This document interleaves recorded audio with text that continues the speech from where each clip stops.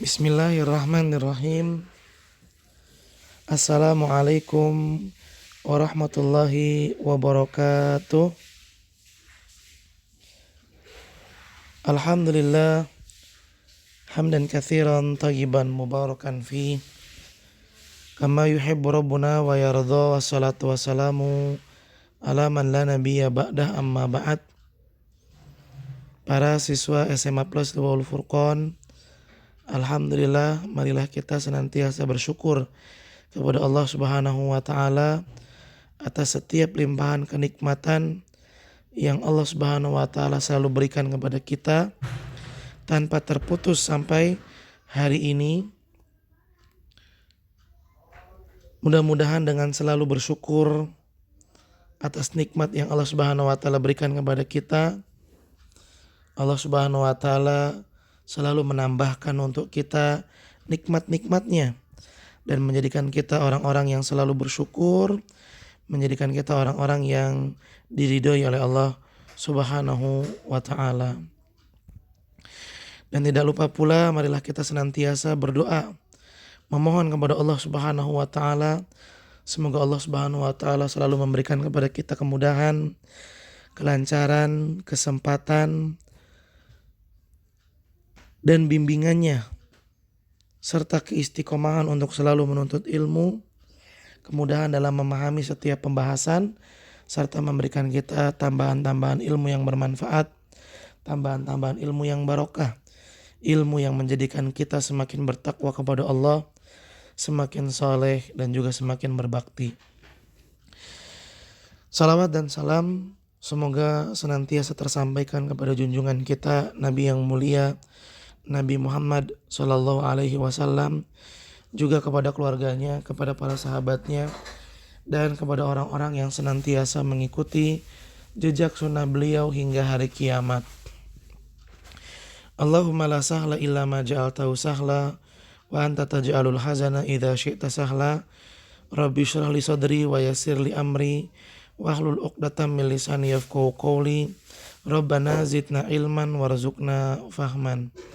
Ahibati fillah, para siswa SMA Plus Luwul Furqan, marilah kita senantiasa membenahi niat kita dalam belajar, supaya niat kita dalam belajar senantiasa ikhlas karena Allah Subhanahu wa taala. Dan hendaklah kita senantiasa memperbaharui semangat dan kesungguhan kita dalam belajar, agar fokus kita dalam memperhatikan pelajaran selalu tercapai dengan baik, sehingga pemahaman kita pun menjadi pemahaman yang sesuai dengan ridho Allah Subhanahu wa taala. Ahibati fillah, para siswa SMA Plus Luwul Furqan, kita lanjutkan pembahasan kita dalam pelajaran usul fikih, di mana pada kesempatan yang mudah-mudahan Allah melimpahkan keberkahan dan kebaikan untuk kita semua, kita akan masuk ke dalam pembahasan tentang al-ahkam, hukum-hukum. Akan tetapi ada baiknya sebelum kita masuk ke dalam pembahasan yang baru, yuk sama-sama kita memurojaah dulu, kita mengulang dulu apa yang telah kita bahas pada pertemuan yang lalu. Baik, ahibati fillah, para siswa SMA Plus Luwul Furqan, di pertemuan yang lalu kita membahas tentang pengertian usul fikih, di mana pengertian usul fikih ini terbagi menjadi dua. Ada pengertian usul fikih dengan menerjemahkan setiap kata yang ada dalam istilah usul fikih, yaitu menerjemahkan kata usul apa, kata fikih itu apa. Sedangkan pengertian bentuk yang kedua adalah menerjemahkan, mengartikan kata usul fikih secara seluruhnya, bukan satu persatu. Taib. Kita awali dengan pengertian usul fikih yang pertama, di mana pengertiannya ditinjau dari setiap suku kata yang ada. Usul artinya adalah pokok atau pondasi. Sedangkan fikih artinya adalah ilmu yang membahas tentang hukum-hukum suatu perbuatan bagi orang yang mukallaf. Bagi orang yang mukallaf. Sekali lagi, fikih adalah ilmu yang membahas tentang hukum-hukum syariat Islam terhadap perbuatan-perbuatan yang dilakukan oleh seseorang berdasarkan dalil-dalil yang rinci. Itu arti fikih. Sedangkan pengertian bentuk yang kedua untuk usul fikih, yaitu pengertian usul fikih secara keseluruhan, maka usul fikih itu artinya adalah ilmu yang mempelajari tentang dalil-dalil fikih secara umum, dalil-dalil fikih yang bentuknya umum, jadi dalilnya tidak terperinci, dari dalilnya berbentuk umum. Juga membahas tentang bagaimana cara mengambil hukum atau kaidah dari dalil tersebut. Dan juga usul fikih itu membahas tentang keadaan orang yang layak untuk mengambil hukum atau kaidah dari dalil yang ada. Karena gak semua orang bisa mengambil hukum. Gak semua orang yang bisa mengambil hukum dari dalil yang ada adalah ulama-ulama yang sudah masuk ke level mujtahid. Ulama-ulama yang levelnya mujtahid. Siapa itu ulama yang levelnya mujtahid? Nanti akan dibahas dalam ilmu usul fikih. Tayyib, ahibati fillah. Kemudian pada pertemuan yang lalu juga kita membahas apa sih faidah, apa manfaat, apa untungnya belajar usul fikih. Tentunya belajar usul fikih ini memiliki banyak sekali manfaat dan faidah. Yang intinya adalah mempelajari usul fikih akan menjadikan seseorang mampu untuk mengambil, mencari suatu hukum atau kaidah dari dalil-dalil yang tepat. Ada dalil begini nih bunyinya. Kemudian ada permasalahan seperti ini. Kira-kira apa hukum yang bisa diambil dari dalil tersebut untuk permasalahan yang ada ini? Nah, ini kemampuan ini akan didapat ketika seseorang mempelajari usul fikih. Tentunya ini adalah kemampuan yang sangat dibutuhkan terlebih di zaman saat ini. Banyak perkara-perkara baru yang datang dan hukum-hukumnya belum diketahui. Banyak perkara-perkara baru yang datang, hukumnya belum diketahui. Contoh misalnya ada uang elektronik atau yang disebut dengan e-money. Ada juga yang disebut dengan toko online. Ini bagaimana nih hukum jual beli di sana? Apakah semuanya boleh atau ada yang nggak boleh? Ada beberapa hal yang baru di zaman saat ini dan belum ada di zaman Nabi. Tapi tentunya hukumnya sudah dijelaskan. Apa hukum perbuatan tersebut? Tentu dan pasti sudah dijelaskan oleh syariat Islam. Terdapat di dalam Al-Quran atau hadis, hanya saja perlu kemampuan untuk mencari dan menemukan apa hukumnya. Dan kemampuan itu bisa didapat dengan mempelajari usul fikih. Oleh karena itu, ahibati fillah, para siswa SMA Plus Lewal Furqon, mari kita bersungguh-sungguh serius dalam mempelajari ilmu yang banyak sekali keberkahan dan manfaatnya ini. Catat setiap poin yang penting. Tanya jika ada sesuatu yang kurang dipahami, supaya kalian bisa menjadi usuliyin, ulama-ulama usul fikih. Ustadz saya nggak mau jadi ulama usul fikih, saya mau jadinya ulama hadis. Ya ikhwan, kalau kalian sudah ahli dalam satu bidang, nggak mesti kalian nggak ahli di bidang yang lain, nggak mesti begitu. Kalian tentu bisa, kalian menjadi ahli hadis, dalam sisi lain kalian juga ahli dalam usul fikih. Bisa seperti itu. Ya, bisa seperti itu. Nggak mesti jadi ulama hadis, nggak mungkin bisa jadi ulama usul fikih. Nggak begitu, enggak. Ya, karena Islam itu adalah ilmu yang saling menguatkan. Jika seseorang sudah ahli dalam bidang tertentu, tidak menutup kemungkinan dia bisa ahli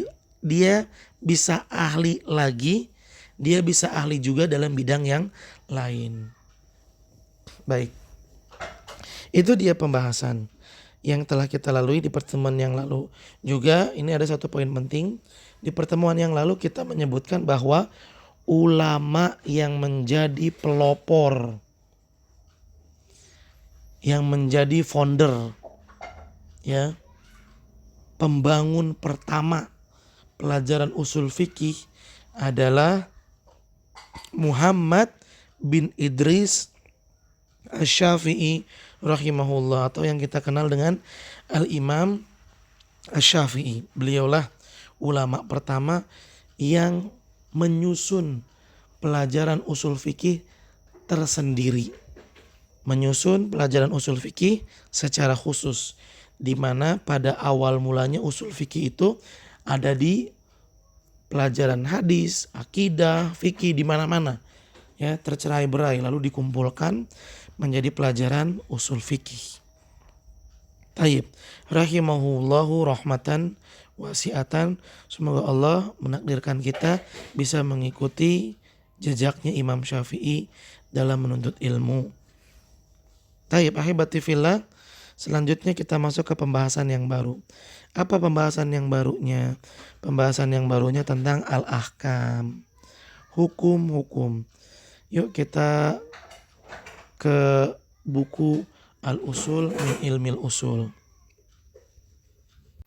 Baik, ini dia kitab yang kita gunakan dalam pelajaran usul fikih. Judulnya Al-Usul min Ilmil Usul. Hanya saja Ustadz menggunakan kitab syarahnya, kitab penjelasnya. Ya, makanya berbeda nanti bentuknya dengan kitab yang kalian pegang. Kita baca ya, sama-sama kita simak. Al-ahkamu, hukum-hukum. Al-ahkamu, hukum-hukum itu jam'u hukmin. Ahkam itu bentuk jamak, bentuk banyak dari kata hukmin. Kan kalau bahasa Indonesia mah bentuk banyak tinggal diulang-ulang doang. Buku, artinya satu buku. Kalau bukunya banyak, buku-buku. Nah, kalau dalam bahasa Arab bentuknya jadi berbeda. Contoh misalnya hukmun, artinya satu hukum. Kalau hukumnya banyak, apa bahasa Arabnya? Al-ahkamu. Nah, dalam bahasa Arab itu namanya jamak, bentuk banyak. Al-ahkam itu adalah bentuk banyak dari kata hukum. Wa huwa lughatan, dan hukum secara bahasa al-qadha, artinya ketetapan atau keputusan. Hukum itu artinya secara bahasa ketetapan atau keputusan.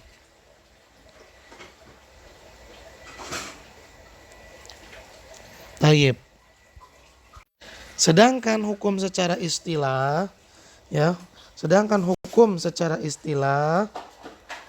maqtadahu khitabus syar'i, apa-apa yang ditetapkan oleh syariat, al-muta'alliqu bi af'alil mukallifin, yang berkaitan dengan perbuatan orang-orang yang sudah mukallaf. Min talabin aw takhirin aw wad'in. Ini dia ya, hukum artinya adalah maqtadahu khitabus syar'i, apa-apa yang ditetapkan oleh seruan syariat, oleh syariat Islam. Al-muta'alliq, yang berhubungan bi af'alil mukallifin, berhubungan dengan perbuatan mukallaf. Siapa itu mukallaf? Orang-orang yang sudah menanggung syariat Islam, sudah dewasa, berakal sehat. min talabin, ya, baik yang berupa tuntutan, au takhirin atau pilihan, awadin atau peletakan. Sekali lagi Ustadz bacakan arti dari kata hukum secara istilah. Apa-apa yang ditetapkan oleh seruan syariat yang berhubungan dengan perbuatan mukallaf, baik berupa tuntutan harus ngerjain ini, harus ninggalin ini, atau berupa pilihan. Jika seseorang melanggar, silakan pilih dia mau melakukan ini, itu, atau yang lainnya. Atau berupa peletakan, ya, berupa wadhu. Wadhu itu misalnya syarat. Kalau ingin dinyatakan sah suatu amalannya, syarat yang harus dipenuhi ini. Ya, contoh misalnya sholat. Kalau mau dibilang sah sholatnya, syarat yang harus dipenuhi diantaranya adalah berwudu. Itu dia al-ahkam ya ikhwan, dalam usul fikih. Segala sesuatu yang ditetapkan oleh syariat Islam, yang bentuknya tuntutan, harus ini, harus itu, atau bentuknya pilihan, disuruh memilih mana yang mau dia lakukan. Contohnya, siapa yang melanggar sumpahnya, bilang demi Allah tapi malah melanggar, maka dia disuruh milih 3 hal. Membebaskan budak, atau puasa 3 hari, atau memberi makan orang miskin. Itu namanya takhir, pilihan. Dan ketetapan ini, ya, yang mengeluarkannya adalah syariat Islam. Atau berbentuk wada'. Wada' itu adalah penetapan. Maksudnya apa? Maksudnya adalah suatu amalan dinyatakan sah kalau syaratnya terpenuhi. Apa syaratnya? A, B, C, D. Siapa yang menetapkan syarat-syarat ini? Syariat Islam. Contohnya tadi yang Ustadz sebutkan, salat akan sah kalau terpenuhi syaratnya. Di antara syarat sah salat adalah berwudu. Siapa yang menetapkan wudu itu syarat sah salat? Yang menetapkannya adalah syariat Islam. Nah, ini disebut dengan hukum. Dan 3 hal tadi, tuntutan, pilihan, dan peletakan atau wadha, ini ditujukan kepada mukallaf. Siapa mukallaf? Mukallaf adalah orang yang telah menanggung beban syariat Islam. Dia harus melakukan apa yang diatur oleh Islam. Siapa orang itu? Tentunya orang yang dewasa dan berakal sehat. Mereka itulah orang-orang yang sudah menanggung beban Islam. Jelas ya, mudah-mudahan jelas nih. Sekali lagi Ustadz terangkan hukum itu. Hukum itu adalah segala segala ketetapan syariat Islam, itu hukum. Segala ketetapan syariat Islam, baik berupa tuntutan atau pilihan atau peletakan yang ditujukan kepada mukallaf dan si mukallaf harus melaksanakannya. Itu namanya hukum. Ya. Oh, berarti hukum yang dimaksud nggak keluar dari tuntutan, nggak keluar dari pilihan, nggak keluar dari wadha, peletakan. Dan hukum ini harus dijalani sama mukallaf ya. Iya. Kalau yang lain nggak usah. Itu namanya hukum. Taib. Kita kembali ke pembahasan usul fikih kita. Kemudian penulis mengatakan fal muradu biqaulina khitabus syar'i. Yang dimaksud dengan perkataan kami khitabus syara', seruan syariat, Alkitab wa sunnah. Yang dimaksud dengan syariat Islam di sini, ya tadi kan dikatakan segala sesuatu yang ditetapkan, diputuskan oleh syariat Islam. Yang dimaksud dengan syariat Islam di sini adalah Al-Quran dan sunnah, Alkitab wa sunnah. Ya, khitabus syara' yang terdapat dalam pengertian hukum tadi maksudnya adalah Al-Quran dan sunnah. Ustaz ulang sekali lagi ya. Hukum adalah segala ketetapan yang diputuskan oleh syariat Islam. Nah, syariat Islam yang dimaksud di sini adalah Al-Quran dan Sunnah. Wal muradu biqaulina, lalu penulis juga mengatakan dan yang dimaksud dengan perkataan kami al muta'alliqu bi af'alil mukallifin, yang berhubungan dan berkaitan dengan perbuatan mukallaf.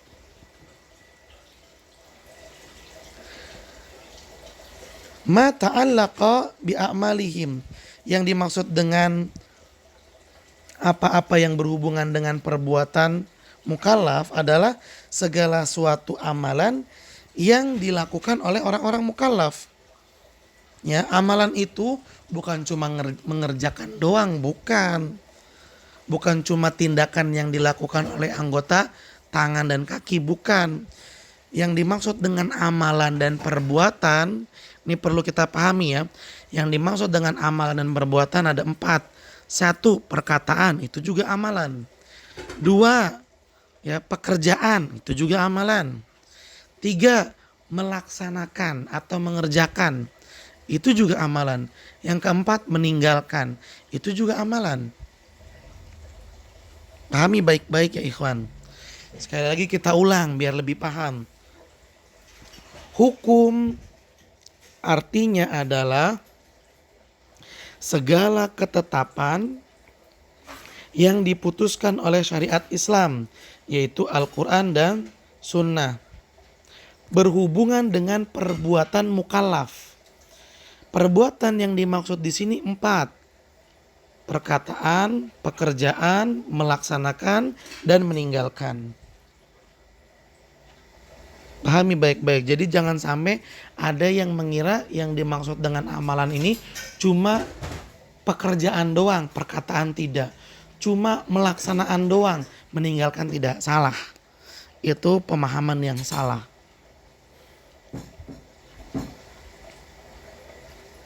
Fa kharaja bihi ma ta'allaqa bil i'tiqad. Dengan demikian ya, tidak termasuk dari amalan di sini ma ta'allaqa bil i'tiqad, sesuatu yang berkaitan dengan keyakinan. Fala yusamma hukman bihadzal istilah. Nah, keyakinan itu tidak termasuk ke dalam hukum yang ditinjau secara istilah. Ya, sekali lagi, hukum artinya adalah segala ketetapan yang diputuskan oleh syariat Islam.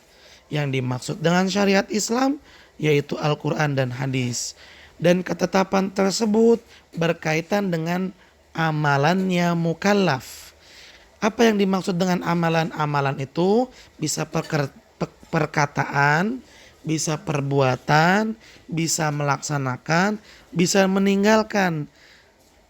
Dan tidak termasuk dari amalan di sini yaitu keyakinan.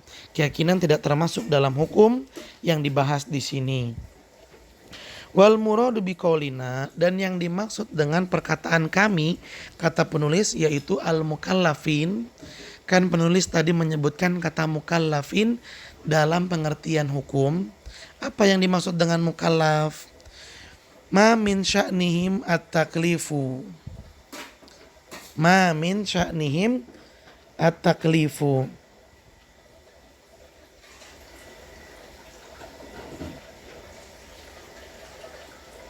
Siapa saja yang keadaannya ma min sya'nihim at-taklifu. Siapa saja yang keadaannya sudah menanggung syariat Islam. Orang dewasa kan sudah menanggung syariat Islam ya. Tapi nggak semua orang dewasa. Kalau dia dewasa tapi gila, ya dia nggak nanggung. Apakah dia wajib sholat? Tentu tidak, karena dia gila. Terus siapa yang disebut dengan orang mukallaf? Yaitu orang yang menanggung aturan Islam.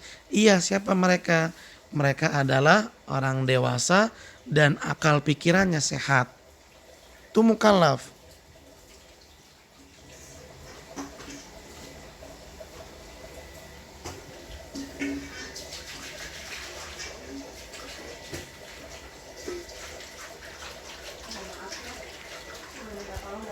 Kemudian penulis mengatakan wal muradu biqaulina, dan yang dimaksud dengan perkataan kami min talabin, baik berupa tuntutan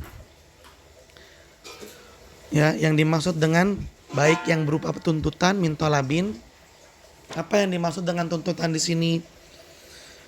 Al-amru, baik perintah, wan nahyu, bisa juga larangan, sawaun ala sabilil ilzam, baik perintah atau larangan itu bentuknya harus ditunaikan ala sabilil ilzam, au afdoliyati, atau menyatakan lebih baik dikerjakan atau lebih baik ditinggalkan. Ya, sekali lagi Ustadz ulang lagi nih biar nyambung. Hukum artinya segala ketetapan yang diputuskan oleh syariat Islam. Apa yang dimaksud dengan syariat Islam di sini? Yang dimaksud dengan syariat Islam di sini adalah Al-Qur'an dan Sunnah. Segala sesuatu yang ditetapkan oleh syariat Islam yang berhubungan dengan amalan mukallaf. Apa yang dimaksud dengan amalan di sini?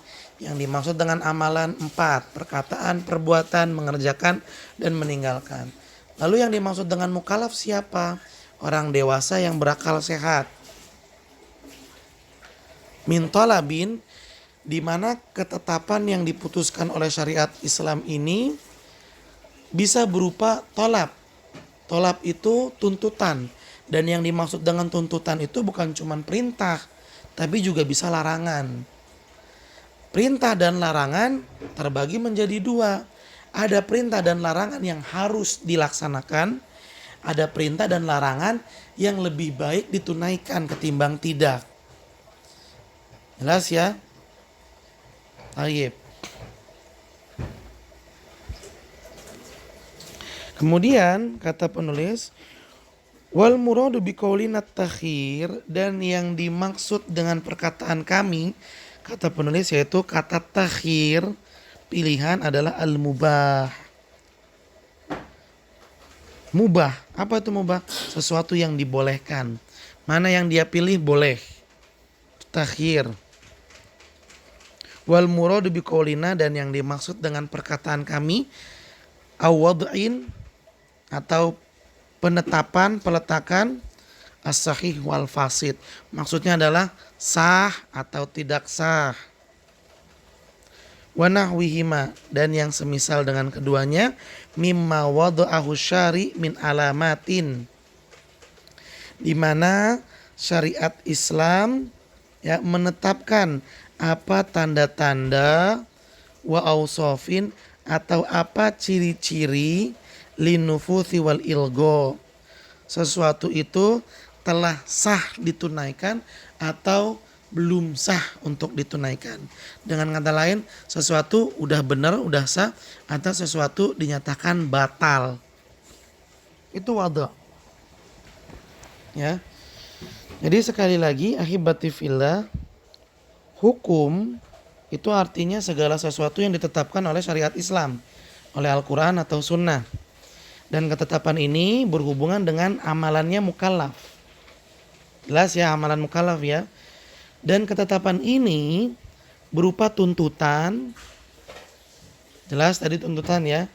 Berupa pilihan, pilihan ini boleh milih yang mana.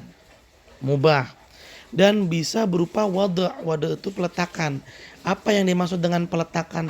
Yang dimaksud dengan peletakan di sini adalah ketentuan-ketentuan, patokan-patokan suatu amalan dinyatakan sah atau enggak sah. Contoh misalnya puasa dinyatakan sah, patokannya kalau dilaksanakan mulai dari subuh sampai azan maghrib. Kalau dilaksanakan kurang dari itu, maka dianggap enggak sah. Ini namanya wada', peletakan. Siapa yang menetapin seperti itu? Yang menetapkannya adalah syariat Islam. Hubungannya kemana? Hubungannya kepada amalan mukallaf. Mudah-mudahan jelas ya. Itu dia pengertian al-ahkam. Kemudian di sini penulis mengatakan aqsamul ahkami syar'iyyah.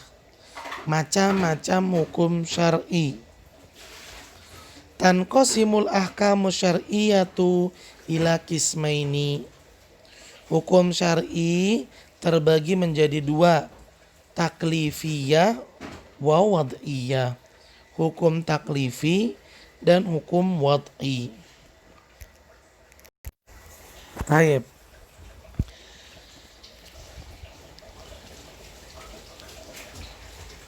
Penulis mengatakan Fataklifiyatu khamsatun. Hukum taklifi itu ada 5. Ya, sekali lagi hukum syariat Islam terbagi menjadi 2. Ada hukum yang disebut dengan hukum taklifi, artinya hukum pembebanan. Ada yang disebut dengan hukum wad'i, artinya hukum peletakan. Fataklifi, hukum-hukum taklifi, khamsatun ada 5 macam. Al-wajib, namanya wajib. Wal mandub, namanya mandub, mandub itu sunnah. Wal muharram, haram. Wal makruh, makruh dan mubah. Ya, dan mubah.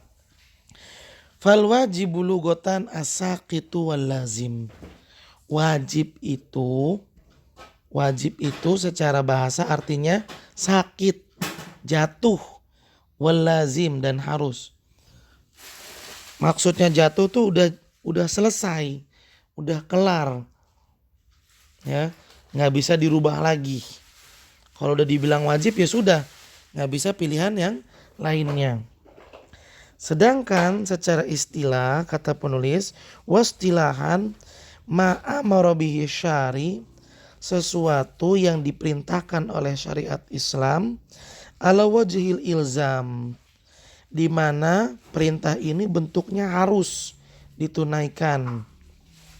Kasalawatil khams, seperti sholat wajib 5 waktu. Ya, seperti sholat wajib 5 waktu. Sekali lagi, hukum taklifi ada 5. Yang pertama wajib, dan wajib itu artinya secara bahasa jatuh dan harus, sakit wal lazimu. Sedangkan secara istilah ma'amara bihi syari, sesuatu yang diperintahkan oleh syariat Islam ala wajhil ilzam, di mana perintah ini bentuknya harus dikerjakan. Contohnya sholat 5 waktu. Fakharaja biqaulina, kata penulis, dikecualikan dari apa yang kami sampaikan, ma'amara bihi syari, apa yang diperintahkan oleh syariat Islam. Dari perkataan ini dikecualikanlah al-muharram, sesuatu yang diharamkan, wal makruh, sesuatu yang dibenci, wal mubah, dan perkara yang mubah. Kenapa muharram, haram, makruh, dan mubah tidak termasuk dalam kategori wajib? Karena wajib itu perintah untuk dilaksanakan. Sedangkan haram nggak boleh dilaksanakan, makruh nggak boleh dilaksanakan, dan mubah bukan perintah. Mubah mah terserah, mau dikerjain boleh, nggak dikerjain ya boleh. Jadi nggak termasuk dalam kategori wajib. Wa kharaja biqaulina ala wajhil ilzam, dan tidak termasuk dari kategori wajib adalah al-mandub, sunnah. Sunnah bisa disebut dengan mandub, bisa disebut dengan mustahab. Kenapa sunnah tidak termasuk dalam wajib? Karena wajib itu tuntutan atau perintahnya bentuknya harus dikerjain. Sedangkan mandub atau mustahab, perintahnya itu nggak harus dikerjain lebih bagus, nggak dikerjain ya rugi. Itu saja, yaitu mandub. Wal wajibu yuthabu fa'iluhu imtithalan. Perkara yang wajib bagi pelaku yang melaksanakannya akan yuthab, akan diberi pahala. Wa yastahiqul iqabu tarikuhu, dan bagi orang yang meninggalkan kewajiban maka berhak untuk dihukum, berhak dapat dosa. Ini wajib. Ya. Kalau selama ini kan pemahaman kita itu wajib, apa tuh wajib? Dikerjain dapat pahala, ditinggalin dosa. Nah, dalam pemahaman usul fikih, wajib itu adalah perintah dari syariat Islam yang bentuknya harus ditunaikan. Itu wajib. Contohnya apa? Contohnya sholat 5 waktu.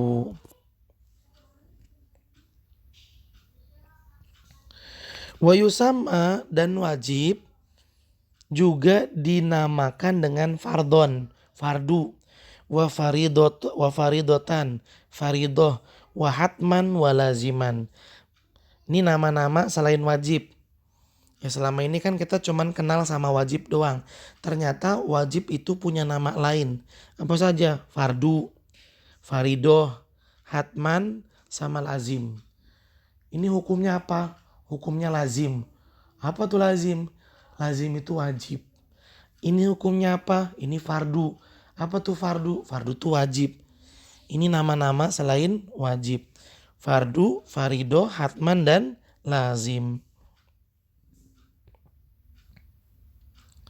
Taib, selanjutnya termasuk dari hukum taklif. Hukum taklif tadi kan disebut ada 5 ya.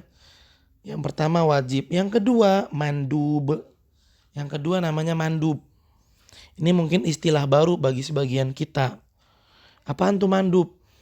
Ya, arti gampangnya mandub itu sunnah. Hukumnya sunnah, hukumnya mandub. Itu artinya sama.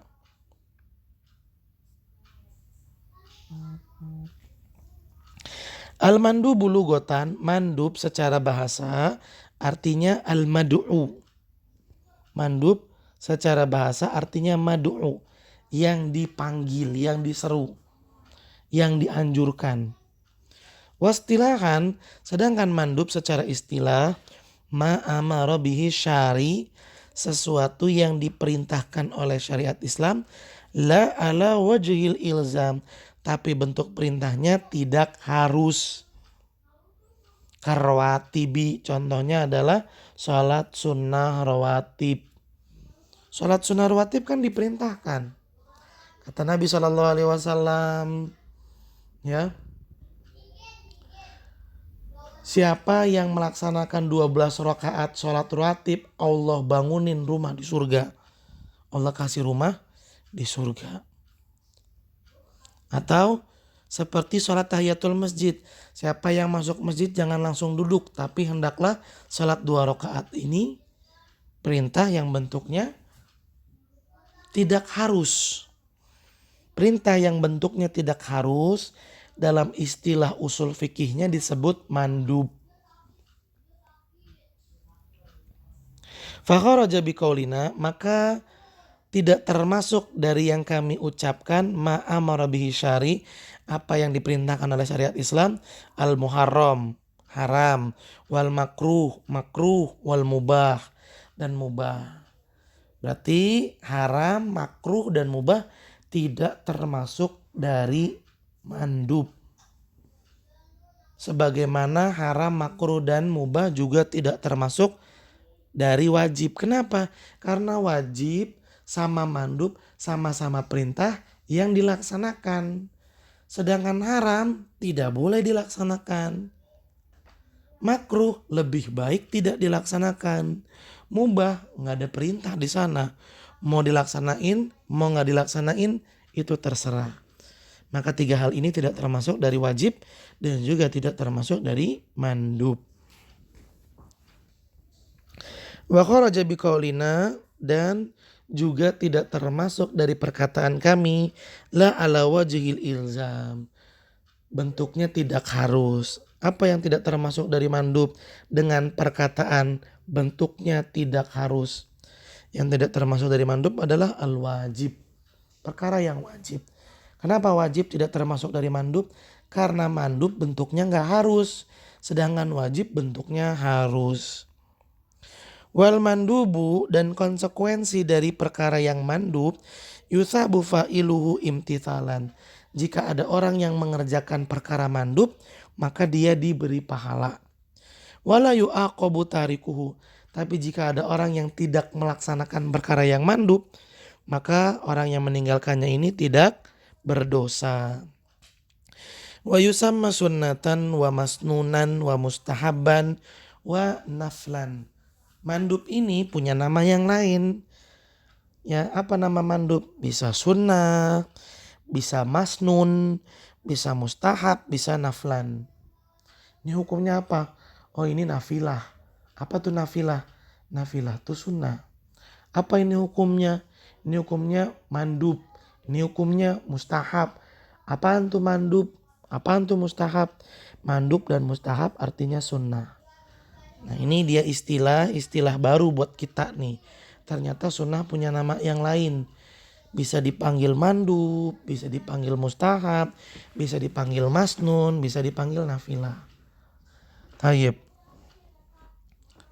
Selanjutnya ya.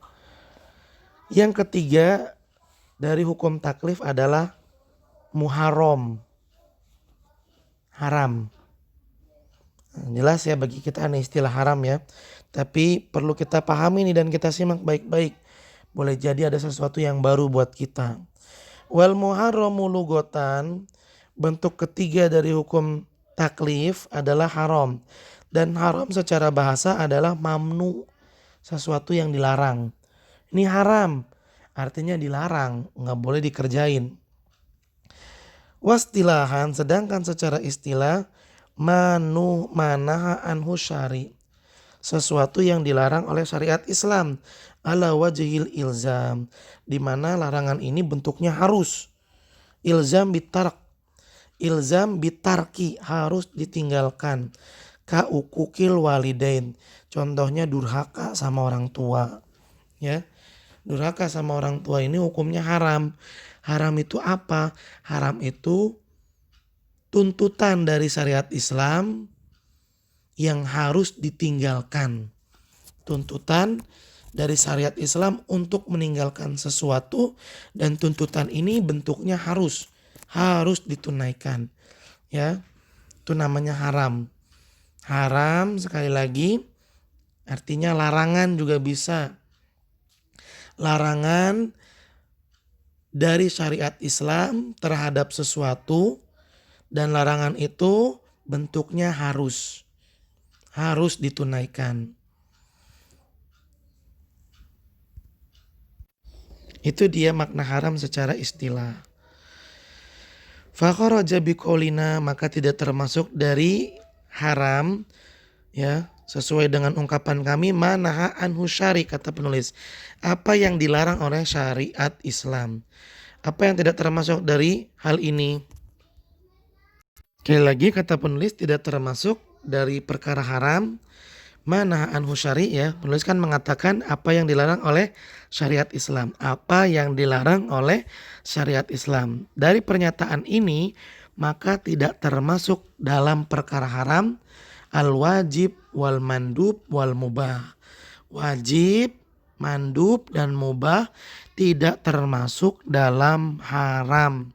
Kenapa? Karena haram itu larangan, sedangkan wajib dan mandub itu perintah. Kan bertolak belakang. Terus mubah kenapa nggak termasuk dalam haram? Karena mubah itu boleh dikerjain, boleh nggak dikerjain. Nggak ada unsur larangan di dalamnya. Wa kharaja biqaulina, dan dari perkataan kami tentang haram ala wajhil ilzami bitarki, larangan yang bentuknya harus ditinggalkan, maka tidak termasuk dalam perkara haram al makruh, perkara yang makruh itu bukan haram, karena haram itu harus, sedangkan makruh lebih baik ditinggalkan, nggak ada unsur keharusan. Wal muharram, dan dampak atau konsekuensi dari perbuatan haram, yusabu tarikuhu imtisalan, jika ada orang yang nurut sama larangan Islam ini, di mana dia meninggalkan larangan tersebut, meninggalkan perbuatan haram, maka dia berhak mendapatkan pahala. Wa yastahiqul iqabu fa'iluhu, sedangkan orang yang malah melanggarnya, enggak nurut, dia malah mengerjakan perbuatan yang haram, maka dia berhak mendapatkan hukuman. Wa yusamma mahdzuron au mamnu'an, dan haram ini ya, muharram ini juga dinamakan dengan mahzur dan juga dinamakan dengan mamnu. Ini hukumnya apa? Mahzur. Ini hukumnya apa? Mamnu. Apa artinya mahzur? Apa artinya mamnu? Mahzur dan mamnu artinya haram. Nah, ini istilah-istilah yang baru lagi buat kita. Tayyib. Kemudian ya, Yang keempat dari hukum taklifi. Hukum keempat dari hukum taklifi namanya makruh. Makruh. Apa tuh makruh? Insya Allah sebagian dari kita atau bahkan semua dari kita telah mengetahui tentang makruh. Ya, hanya saja terkadang kita salah memposisikan suatu perbuatan yang harusnya haram malah dibilang makruh. Contohnya apa? Contohnya merokok. Sebagian orang mengatakan itu makruh. Nggak ada dalil yang menyatakan haram. Padahal jelas-jelas Nabi mengatakan la dororo wala diror. Jangan melakukan tindakan yang mendatangkan mudorot baik sengaja ataupun nggak sengaja. Merokok itu kan sengaja mendatangkan mudorot, haram. Contoh mendatangkan mudorot yang nggak sengaja misalnya ada orang punya halaman rumah banyak tanaman dia siram. Cuman dia nggak sengaja ketika nyiram ngebanjirin halaman tetangganya. Itu kan mudorot. Ini juga nggak boleh. Yang nggak sengaja aja nggak boleh, apalagi yang disengaja. Nah, jadi dari sini kita bisa mengetahui bahwa dukhon atau merokok itu tidak tepat jika dikatakan makruh. Yang lebih tepat dikatakan haram. Ya, kalau ada yang bilang makruh sebutin satu manfaatnya. Maka dia tentu tidak bisa menyebutkan satu manfaat dari dukhon. Baik. Kita masuk ke penjelasan tentang makruh. Al-makruh lugotan, makruh secara bahasa artinya mubgot. Apa tuh mubgot? Mubgot itu dibenci, dimurkai. Wastilahan, sedangkan makruh secara istilah manaha anhu syari'u, sesuatu yang dilarang oleh syariat Islam. La ala wajhil ilzam bitarki, tetapi larangannya tidak berbentuk harus ditinggalkan. Enggak. Bentuknya afdoliyah. Ditinggalkan lebih baik daripada dikerjakan. Itu makruh. Ya. Ini pengertian makruh yang biasanya kita pahami. Makruh apa? Makruh jika ditinggalkan dapat pahala, kalau dikerjakan rugi. Kenapa rugi? Ya karena nggak dapat pahala. Kalau kita nggak dapat pahala ya rugi. Sebab waktu yang kita punya ini modal. Gimana caranya modal kita ini bisa menghasilkan untung? Apa untungnya? Pahala. Coba bayangkan, waktu terus berkurang. Dengan kata lain, modal terus berkurang. Kalau modal terus berkurang tapi nggak dapat untung ya namanya apa? Ya namanya rugi. Untungnya apa? Untungnya pahala. Waktu terus berkurang tapi pahala nggak nambah-nambah. Sama dengan kata modal terus berkurang, untung nggak dapat. Namanya rugi. Fakharaja biqaulina, maka tidak termasuk dalam kategori makruh dengan istilah yang kami sampaikan manaha anhu syari. Makruh itu sesuatu yang dilarang oleh syariat Islam.